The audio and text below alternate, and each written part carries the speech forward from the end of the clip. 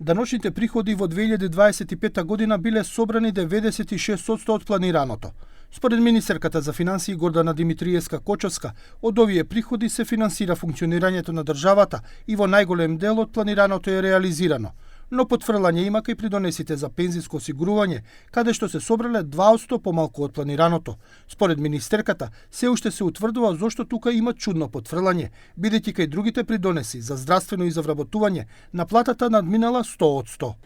Имаме во еден сегмент по мене малку по-мала наплата, но и во тој дел работиме, тоа е во делот со игрите на среќа, каде што веќе работиме и на тоа да воведеме нов систем, бидејќи очигледно е дека постоечкиот систем кој што го имаме во управата за јавни приходи не функционира или не е добар, така што и тука сме фокусирани, ќе работиме на имплементација на нов систем. Данокот на додадена вредност е собран 100%, додека персоналецот 97%, но потфрлање има кај акцизите, бидејќи се предвидувало повисока цена на нафтата на светските берзи, а не пат, а се собрале помалку и други увозни давачки.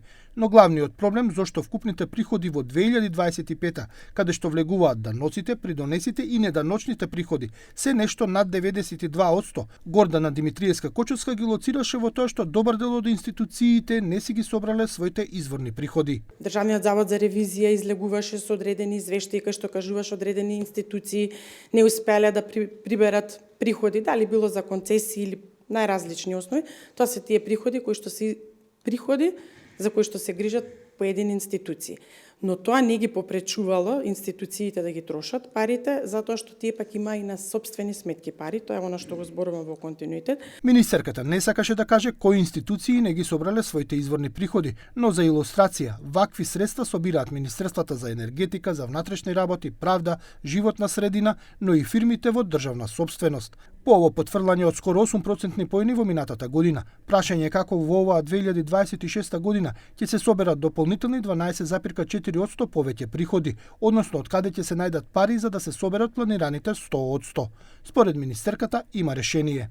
Се уште не ги имаме добиено извештаите од ММФ кои што работеа на анализа, кажуваат дека даночните ослободувања во државата се 4,75% од БДП, што значи многу повисоки, со 4% дефицит завршивме, а имаме даночни ослободувања, оние што ги гледаме.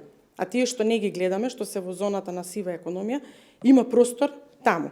Инаку, како суштинска алатка за борба против сивата економија, која се проценува на 30% од бруто домашниот производ или во пари околу 5 милиарди евра, за кои што не се плаќаат никакви даноци и давачки, од денеска стартуваше тест периодот на е-фактура.